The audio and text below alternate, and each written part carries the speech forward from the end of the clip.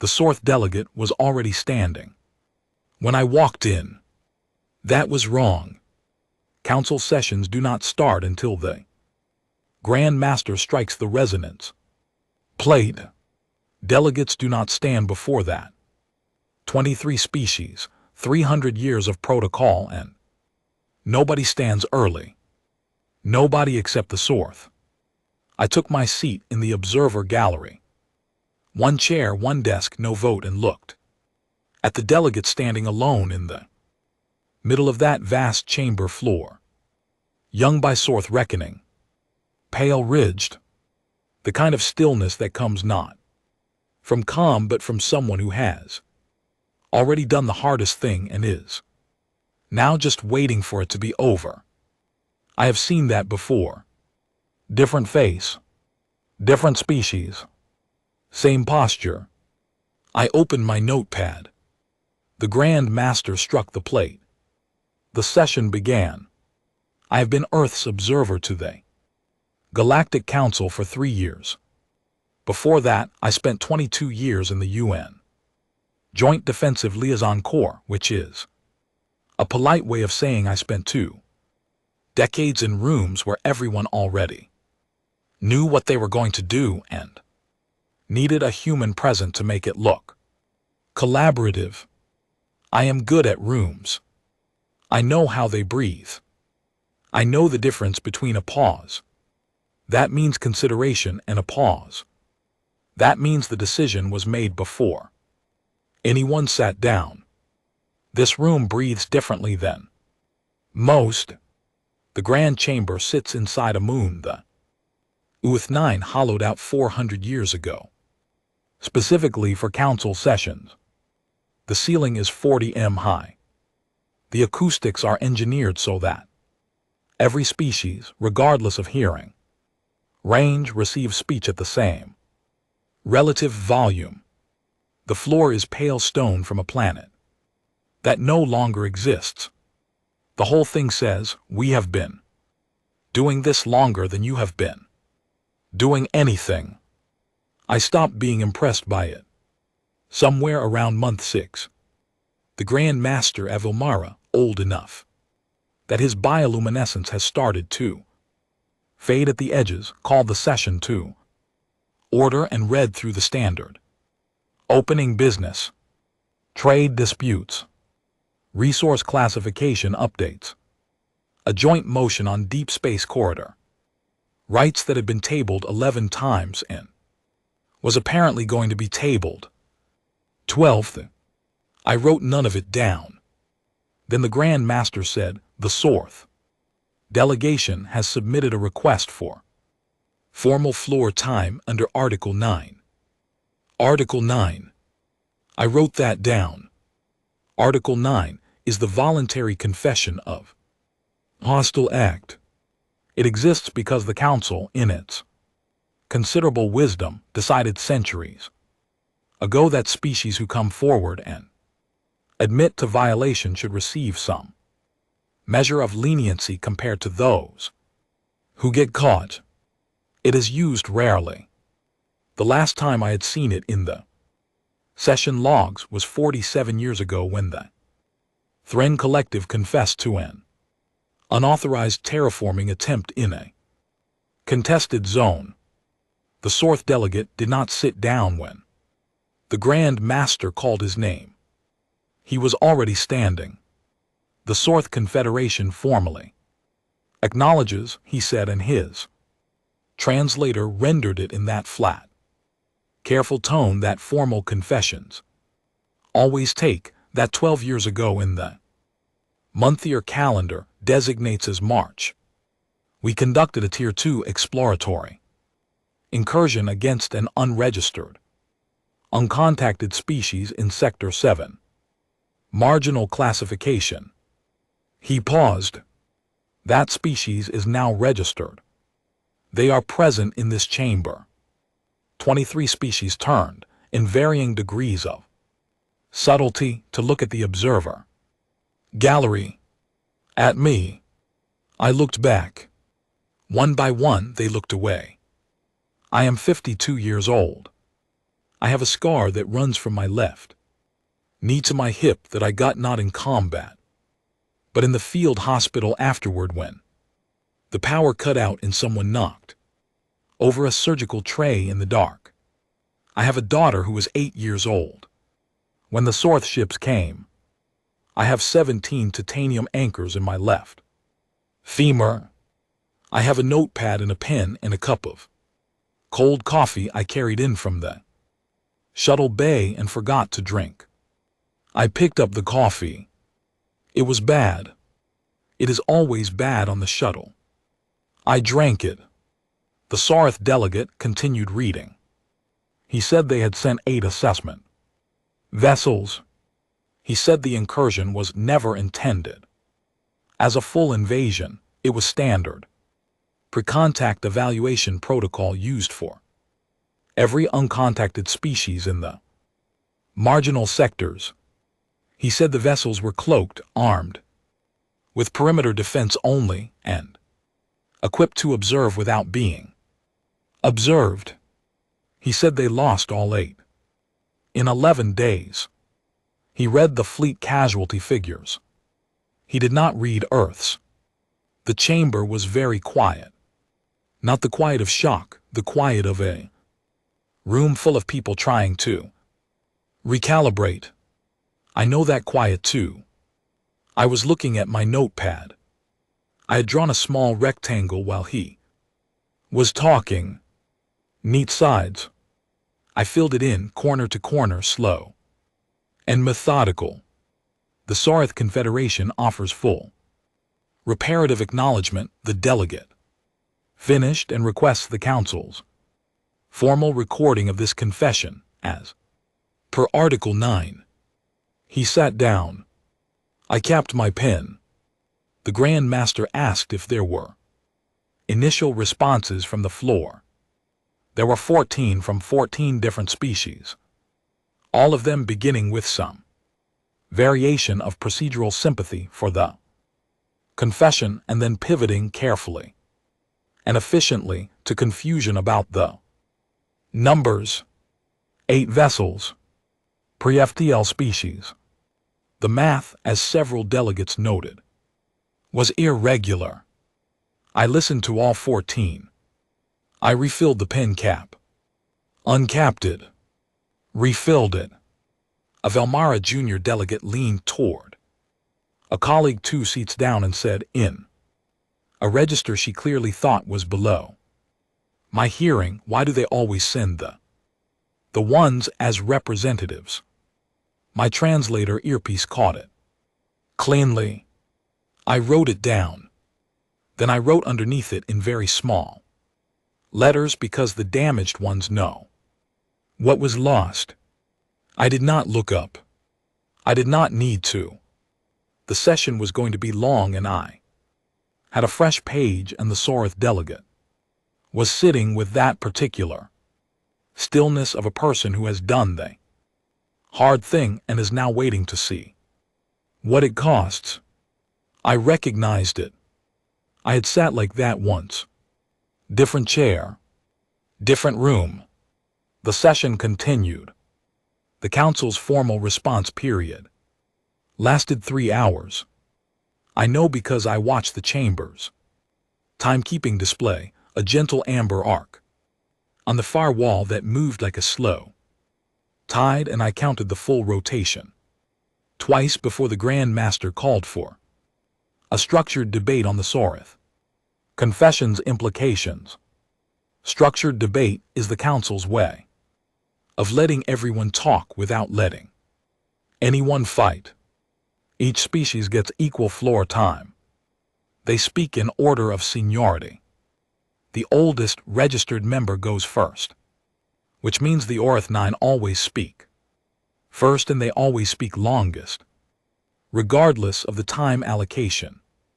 The Orth 9 delegate, a tall gray carapace individual named, according to my session roster, something that translates roughly as senior voice of the 9th iteration, took the floor and spoke for 22 minutes about the procedural correctness of Article 9. The historical precedent of voluntary confession as a stabilizing force in interspecies relations and the importance of proportional response in cases involving per-contact species. He said the word proportional 11 times. I counted. He did not say the word Earth once. He did not say the word human once. I wrote 11 proportionals. 0 humans. Then I drew a second rectangle, smaller than the first. The Velmara spoke next, softer in tone, more philosophical. They expressed what their delegate called measured concern about the Saratha's methodology, not the action itself, which they characterized as understandable given Sector 7's expansion pressures but the absence of pre-survey registration. If the Sarath had flagged the system for observation before sending assessment vessels, the Velmara noted, the entire incident could have been avoided through standard protocol. That was when I felt it. Not anger. Not yet. Something cooler. The feeling you get when you realize the room has decided on a framework and the framework does not include you as anything other than a data point. A data point with 17 titanium anchors in its leg and a daughter studying marine biology, but a data point nonetheless. The Thrin Collective spokesperson, they operate as a group, 3 individuals, who share speaking time in a rotation I have never fully understood, raised the question of whether the lost vessels might have been the result of environmental hazards mislabeled as hostile engagement. They cited 3 precedents from the outer sectors where similar losses had been attributed to spatial anomalies rather than native species action. The implication was clean. Pre-FTL species do not destroy a cloaked military-grade assessment vessels. Something else must have. I uncapped my pen. I wrote, they think it was the weather. The Sarath delegate asked for the floor. Again, the Grand Master granted it. The delegate pulled up the sensor logs from the incursion formal records, date stamped, authenticated through council channels, and began reading the sequence of events. The chamber got quieter with each line. Day 1, fleet enters Sector 7 marginal zone. All cloaking systems nominal. Detection probability calculated at less than half of 1% by the Saratha's own models. Day 2, no contact. Day 3, the first vessel designated Survey Lead 1 detects a broadband communication signal originating from the third planet. Not a targeting signal. Not a military frequency. A civilian one. Fragmented, scattered across hundreds of subfrequencies simultaneously, carrying what the sensor logs described as enormous volume of unencrypted, cross-referenced positional data. The delegate paused there. Our analysts, he said, were initially uncertain what they were observing. The signal architecture did not match any known communication model. It appeared to be a network, self-organizing, distributed across the species' entire population without a central control point. Within the data being transmitted was an accurate positional map of all 8 vessels. The chamber was completely still. How? The Velmer Grand Master asked. The delegate pulled up one specific record from the log. A single report filed by Survey Lead 1's communication analyst, timestamped 36 hours after the fleet's entry into the sector. A watercraft operator on the planet's northern ocean noticed anomalous displacement patterns in the water surface. He recorded his observations and broadcast them on the civilian network. The broadcast was received, cross-referenced, and expanded by other users across the planet within hours. By the 9th hour after the initial broadcast, the fleet's full trajectory had been mapped using nothing more advanced than the planet's existing observation infrastructure and the network they used to communicate with each other. Silence. "A fishing boat," said the Thren Collective's first speaker. The translator struggled with the concept. It offered a small water surface vessel for harvesting ocean life. "Yes," the delegate said. "Found your cloaked fleet." "Yes." The second speaker of the Thren Collective conferred with the third in a rapid clicking exchange. By accident, the second speaker asked. The delegate looked at his records. The operator was 63 years old. He had worked on the ocean for 40 years. He noticed the water was wrong. His word was the translator worked for a moment off. He said the water looked off. I stopped writing. I was looking at the wall. The pale stone from the planet that no longer exists. I was thinking about a man named Michael Brandt, which is not thinking so much as a thing that happens to you when you were sitting in a hollowed moon, listening to your species described like a footnote. Michael Brandt was 63. Bad knees. A boat his father left him. He went out on the North Atlantic on a cold morning in March, and the water looked wrong. He did not know what he was looking at. He told everyone anyway. The Velmara delegate asked the Sorif to continue. The delegate continued. Day 4, Survey Lead 1 is destroyed. No conventional weapon signature in the logs. The vessel's final transmission records. Multiple small watercraft, fishing vessels, cargo ship, civilian boats, converging on its position. Simultaneously, the planet's orbital communication network was broadcasting in real time.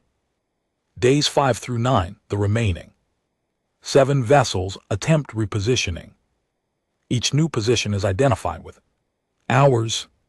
The planet's civilian population was treating it by the sensor log's best interpretation as a collective problem to be solved. They were not operating under unified command, the Orth 9 delegate asked. No, the Sorif delegate said. There was no unified command.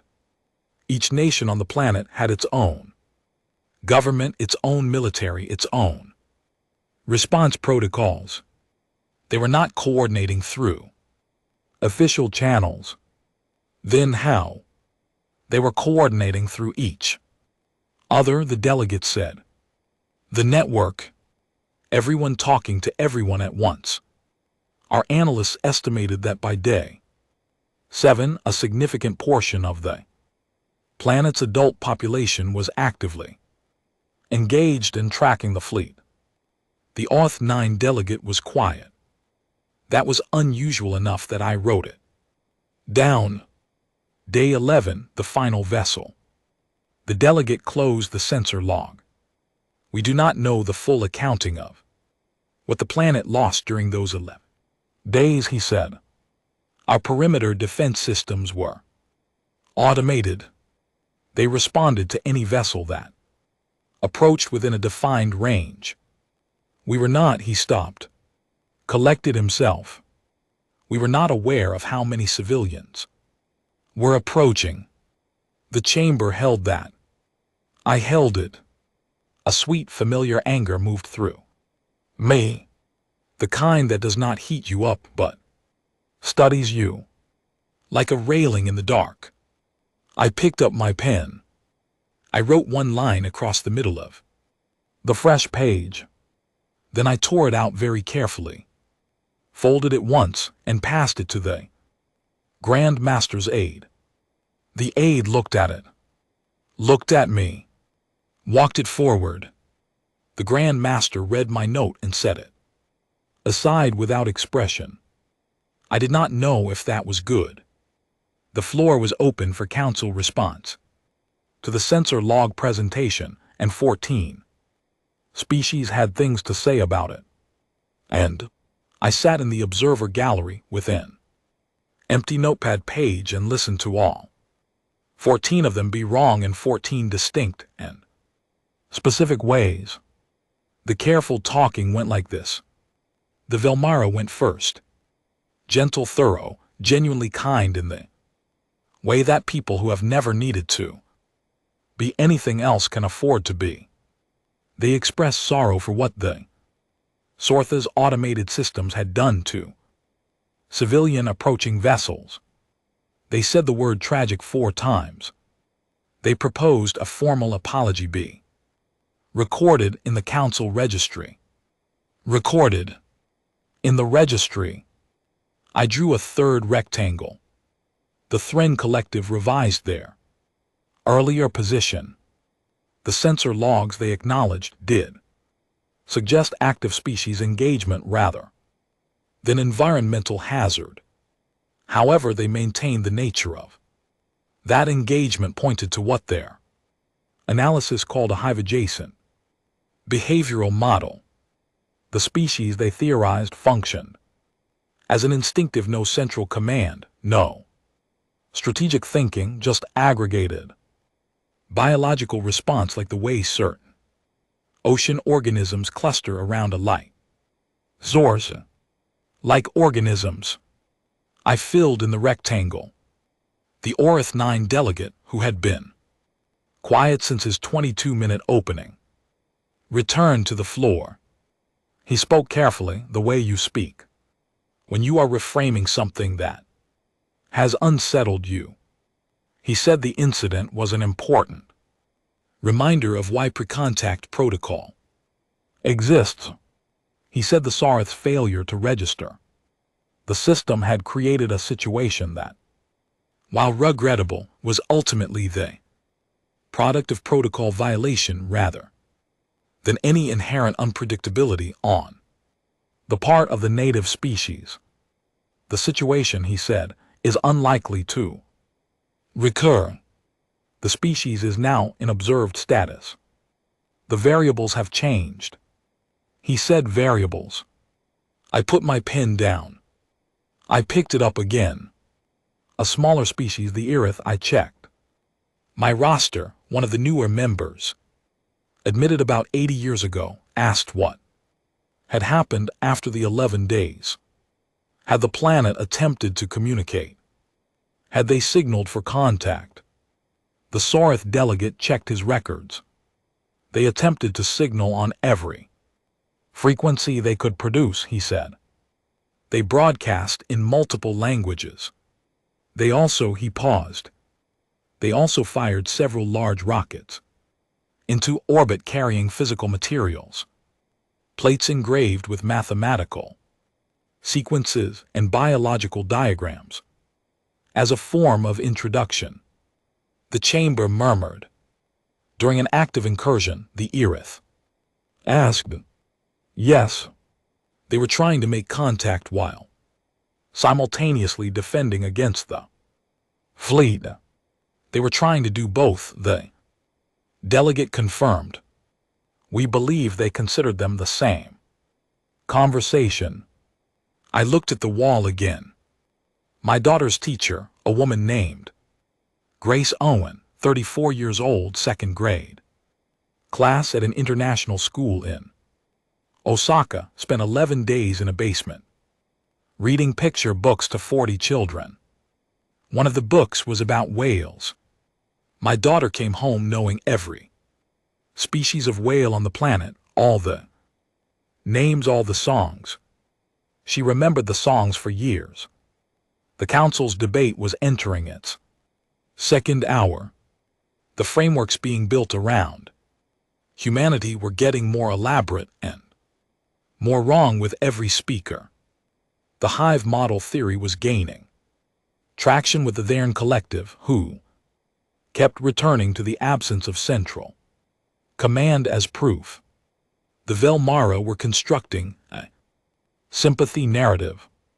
The Orth-9 were, I noticed, not constructing anything. They were listening. The Orth-9 listening is never decorative. The Velmara delegate finally turned to face the observer gallery directly and said, "We believe the observer may have perspective on the civilian response, coordination that would assist the Council's understanding. We defer to the Grand Master's discretion on whether to invite comment." The Grand Master picked up my folded note. He opened it. He read it. He read it again. He looked at me. I looked back. The observer's note, the Grand Master said, submitted to the floor under Article 14, Observer Supplementary. Communication reads as follows. The chamber quieted. He read it aloud. We did not engage because we thought we would win. We engaged because the alternative was doing nothing. 11 seconds of silence. I counted. The Thran Collective's first speaker said, "We require clarification." The alternative was in fact doing nothing. Doing nothing was available. Doing nothing was, by any survivability analysis, superior. Why was it not considered? I was already standing. I do not know when I stood up. The protocol for observers is to remain seated unless invited to address the floor. The Grand Master had not specifically invited me to address the floor. He had read my note. I was standing. He did not tell me to sit down. The trawler captain's name was Michael Brandt, I said. My voice was level. It is always level. He was 63 years old. He had bad knees and a boat he inherited from his father. He went out on the North Atlantic on a cold morning and the water looked wrong. The chamber was still. He did not know what was out there. He did not know the scale of it, what the ships were, what they meant. He knew the water looked wrong. He told every person he could reach. I paused. Not for effect. Because the next part takes a moment to say correctly. He was gone inside a week. The automated perimeter defense systems reached his on day 4. Nothing from the floor. He knew the risk on day 1, I said. He posted his observations on day 1. He knew the water was wrong on day 1. And he told people. That is the note. That is what it means. The alternative was doing nothing, and for Michael Brandt and for most of the people on that planet, doing nothing when something is wrong is not actually an alternative. It looks like one from the outside.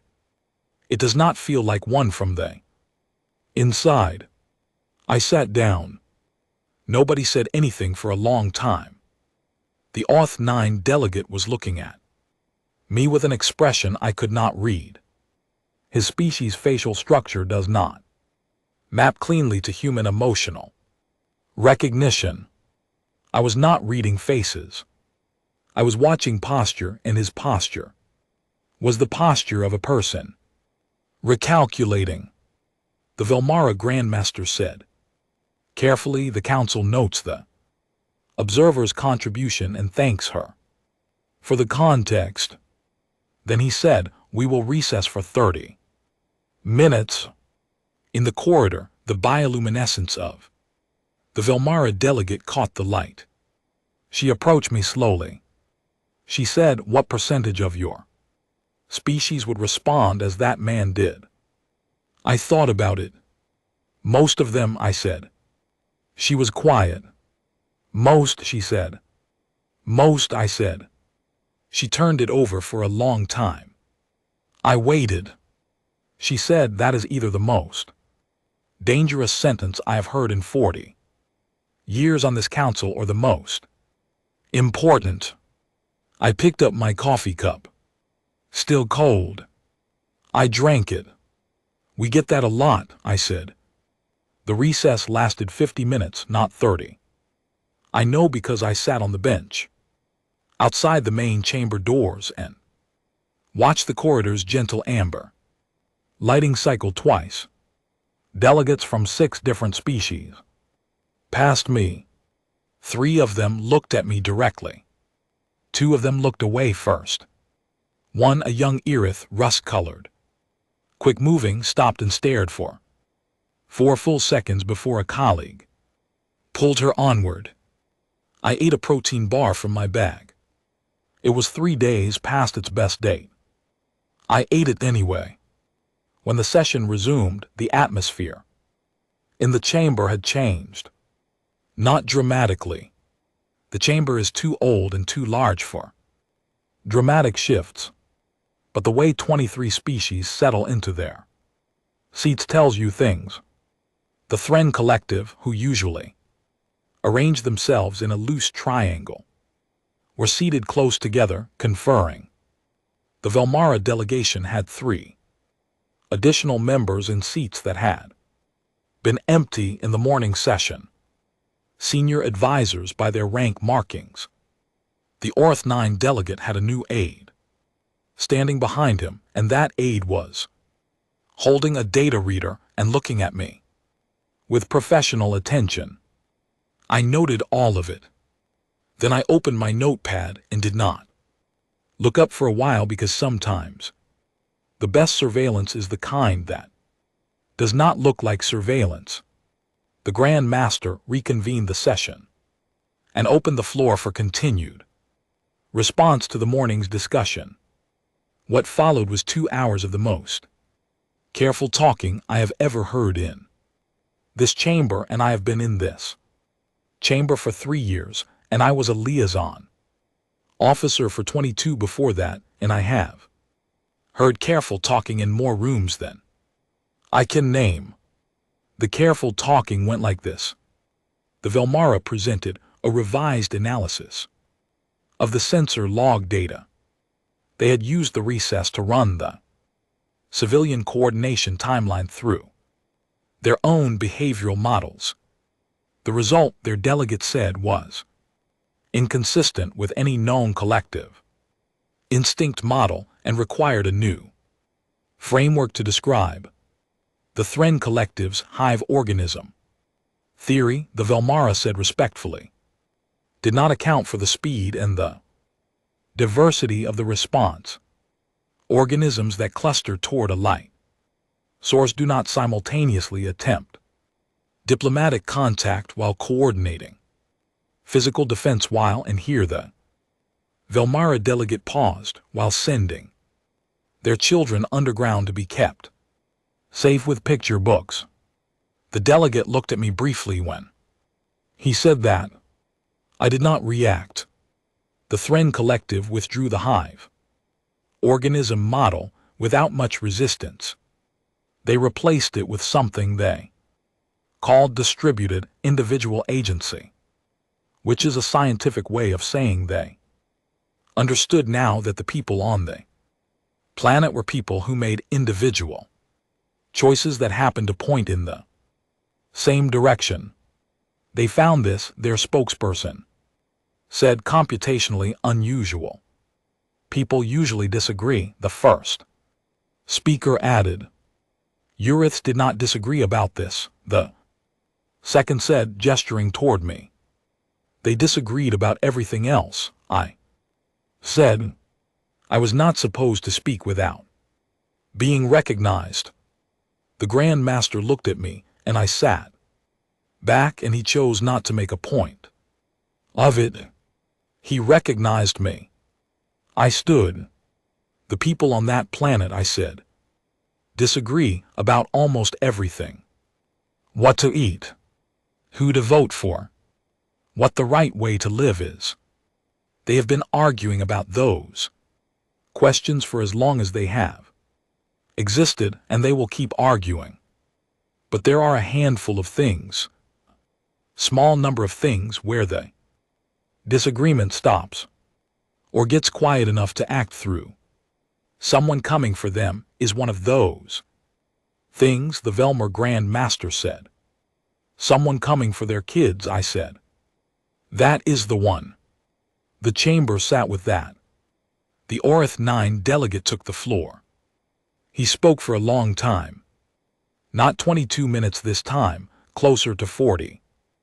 And the 40 minutes were different from the morning's 22 in a way that I felt in my back teeth, which is where I feel things I do not want to show on my face.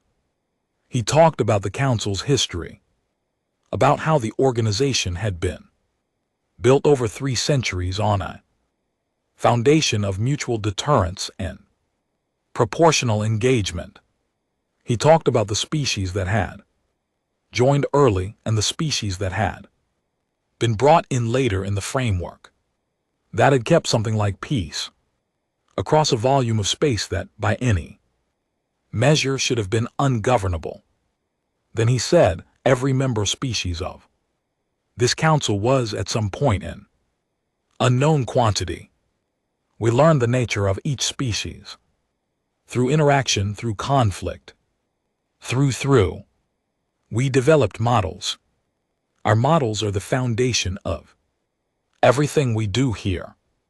He paused. Our models, he said, do not currently account for the species. He looked at me, not at the gallery, at me specifically. The sensor logs describe a population that was by every metric outmatched. No interstellar capability. No knowledge of what they were facing. No guarantee of survival. He paused again. They did not ask whether they could. When, he said, our models have no category for a species that does not ask the question. The room was very quiet. I looked at my notepad. I had drawn 4 rectangles over the course of the day, each one smaller than the last. I was not going to draw a 5th. I put the pen down. They do ask it, I said. The Grand Master looked at me. I stayed seated this time. I want to be clear about that. They ask it. They argue about it. There are always people who say the odds are wrong and the fight is not worth having, and the smart choice is survival over principle. I picked the pen back up. Old habit. They just do not let that argument be the last word, I said. Why not? The Velmara Grand Master asked very quietly. I thought about Grace O'Malley and the picture books and the whale songs. I thought about my daughter's face at 19, more ocean than anything else still, carrying 48 hours in a basement as the thing that made the ocean make sense too. Sorry. Because they have kids, I said. And the kids are watching. Nobody laughed. Nobody was going to laugh. But there was a shift in the room, not a dramatic one, just the kind of thing that happens when something lands correctly. The Orith 9 delegate was still looking at me. Commander Van, he said, using my title. He had never used my title before. Yes, I said. In your assessment, and the Council invites your assessment formally, as permitted under Article 14, how should we expect your species to behave as a member of interstellar society? What should we prepare for? I looked at him for a long time. He was asking the real question. Finally, after a full day of the council building frameworks and running models and categorizing humans as variables, he was asking a human what humans are. It was the most important question I had been asked in 3 years, and also the one I had the least diplomatic answer to. Prepare for a species that will show up. When called, I said, prepare for a species that will argue with you about everything and then show up anyway. Prepare for a species that does not have a clean separation between what it will protect and what it will risk. That is going to be complicated for you. Sometimes it is going to look like irrationality. It is not. It is just a different calculation. What is the calculation? The Velmara asked.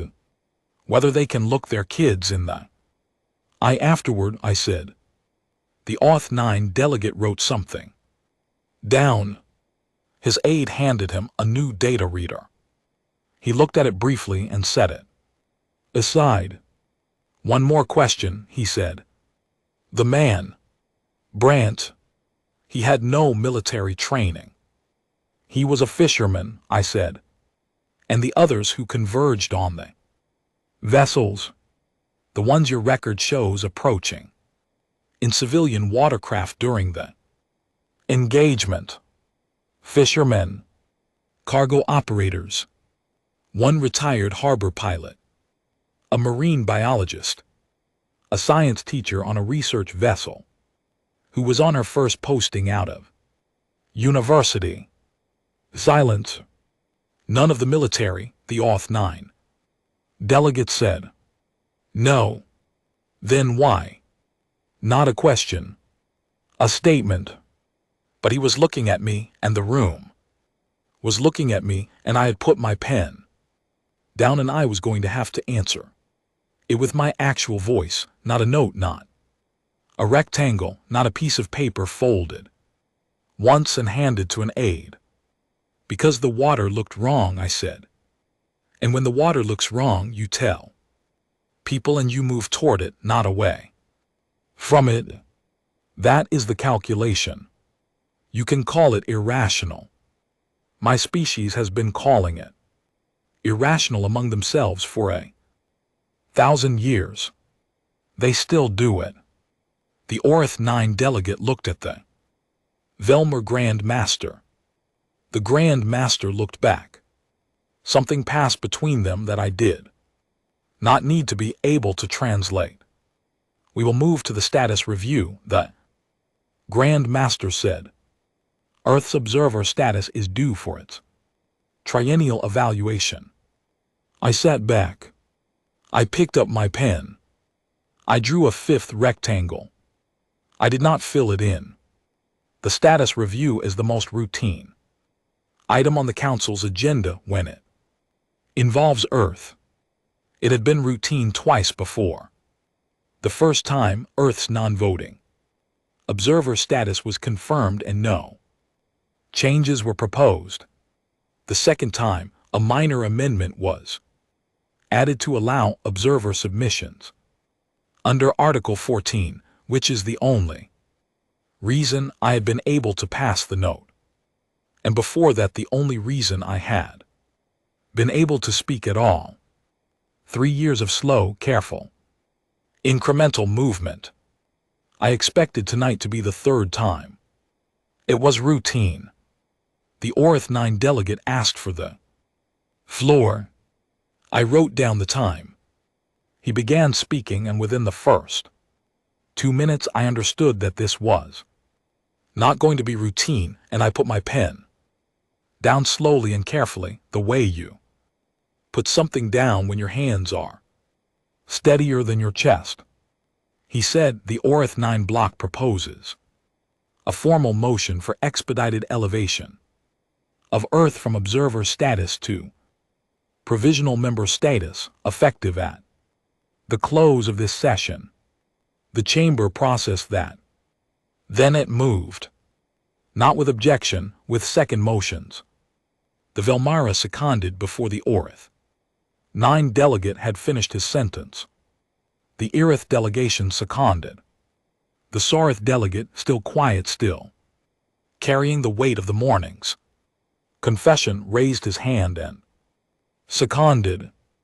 4 more followed in the next 60 seconds. I was looking at my notepad. I had drawn a very small rectangle in the corner of the page, smaller than all the others. I looked at it for a long time. Then I folded the page over so I could not see it. The debate was quick by counsel. Standards, 35 minutes. Most of the arguments in favor had been made implicitly over the course of the entire day's session. The arguments against were procedural, rather than substantive. The standard, waiting period, the standard assessment. Criteria, the question of whether the Sorth confession session was the appropriate forum for status. Elevation.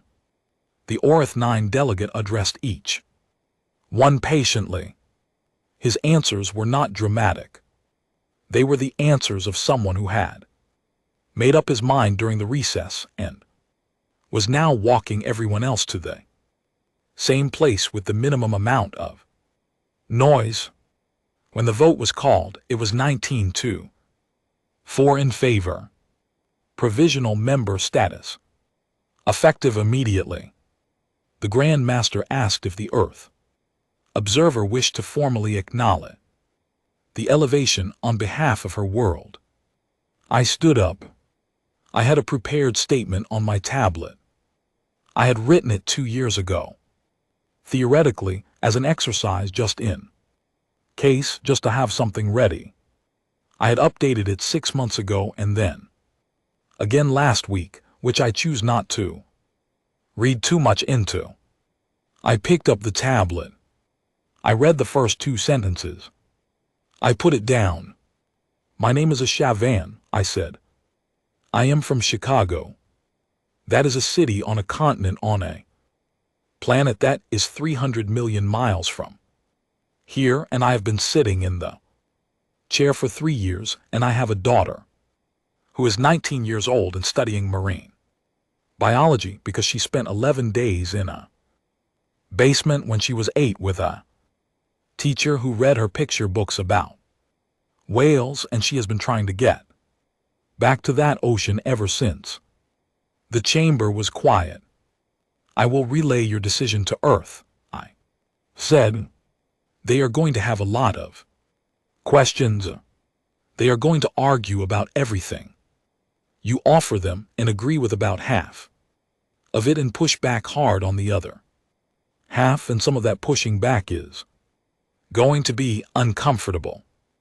They are going to want to understand the rules before they follow them, and they are going to ask why the rules are what they are, and if the answer is because we have always done it this way, that is not going to be enough for them.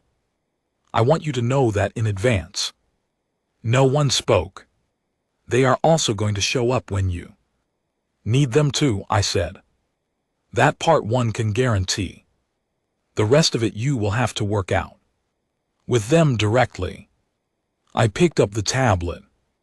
I put it in my bag. I sat down. The Grand Master said, "How does Earth wish to be designated in the council's formal roles?" I thought about it. Actually thought about it. Not the pause before a prepared answer. The real kind. I thought about Michael Brandt, 63 bat. Knees inherited boat. I thought about Grace Owen reading Whale. Names to frighten children in a basement. I thought about the science teacher on her first posting fresh out of university, moving toward the wrong water. I thought about my own daughter at 8 sitting on the floor of the basement not knowing what was happening and learning whale songs anyway. I thought about all of it.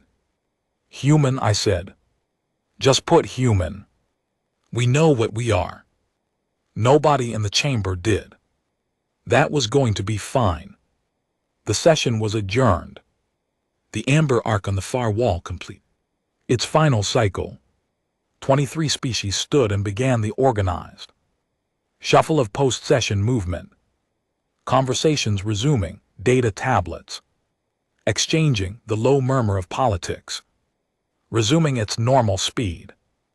I said, I always sit last. The Vilmara Grandmaster passed my gallery on his way out. He paused. He is old enough that his bioluminescence has started to fade at. The edge is not gone, just softer. Like a light that has been left on for a very long time. That thing you said, he said, about looking their children in the eye. I waited. My species does not reproduce the way yours does, he said. We do not have the same investment. Architecture. The young are cared for collectively. I know, I said. I have been wondering, he said, whether that is why your species calculates differently. I thought about it. Probably part of it, I said. But fishermen without children did they? Same thing. The science teacher was 24. No kids. She moved toward it anyway. He considered that for a while. Then what is the full explanation? He asked. I looked at the ceiling. 40 m of pale stone. Built to make things feel small. I do not think there is one, I said. That is probably the part that worries you most, and I understand that. I'm not going to pretend it should not. He was quiet for a moment. It does concern me, he said. A species that acts beyond its survival. Calculation is unpredictable. Yes, I said. And yet you are here, he said. And the council voted 19-4. Yes, I said. Because, he said, slowly working through it in real time, a species that acts beyond its survival calculation is also. He stopped. Yeah, I said. That too. He left. I sat alone in the grand chamber for a while. The lights had shifted to their possession mode, lower amber, the kind of light that is technically functional but feels like something older. The pale stone floor stretched out ahead of me, emptied of 23 species and their aids and their debates and their models and their calculations. It was very big and very quiet. It did not make me feel small. I reached into my bag and pulled out my notepad. I opened it to the last used page. 5 rectangles. 4 filled in. The 5th still open. I filled it in. Then I took out my phone, a thing that required its own special exemption in the council's electronic policy, a thing I had argued for in my first week, and one which had surprised the protocol office considerably, and called my daughter. She picked up on the second ring. Mom, she said. Not a question. Just the word, the way you say it when you have been waiting for a call and trying not to act like you have. Hey, I said. How did it go? I looked at the chamber ceiling. At the stone. At the space a hollowed moon makes when you gut it and fill it with ambition and history and careful practice power. We got voted in, I said. Silence on the line. Then a sound that is not quite a laugh. And not quite a breath and not quite anything I can put a name to. The sound of someone in a marine biology lab 300 million miles away sitting down. Very carefully. Full member, she asked. Provisional, I said. For now. Mom. I know. Do they know what they just did? I picked up my pen. I looked at the 5 rectangles on the page. I thought about Michael Brandt. I thought about whale songs. I thought about water that looks wrong in the particular kind of person who moves toward it. Not yet, I said. She was quiet for a moment. Are you coming home? She asked. First shuttle in the morning, I said. I will be at the port, she said. You do not have to do that, I said. Mom, she said. I know, I said. I will see you in the morning. I hung up. I sat in the empty chamber for another few minutes. The amber light. The pale stone. The ceiling built to make things feel small. I stood up. I put my notepad in my bag. I put my pen in my coat pocket. I picked up my coffee cup, cold, the same cup from the morning because I had carried it all day out of habit and never found a place to put it down. I took the last sip. It was bad. It is always bad. I walked to the door. I did not look back at the chamber. I did not need to. I had the whole thing memorized, and not because it was impressive, but because knowing a room, really knowing it, every corner, every angle, every silence it holds, is how you learn to work inside it. The corridor was empty. The amber lighting was lower here, and outside the viewport at the far end, 300 million miles of space sat dark and quiet and full of species that were going to be surprised. I walked toward the shuttle bay. My left leg ached the way it always ached. 17 titanium anchors. I knew every one of them. The shuttle bay doors opened ahead of me. I went through.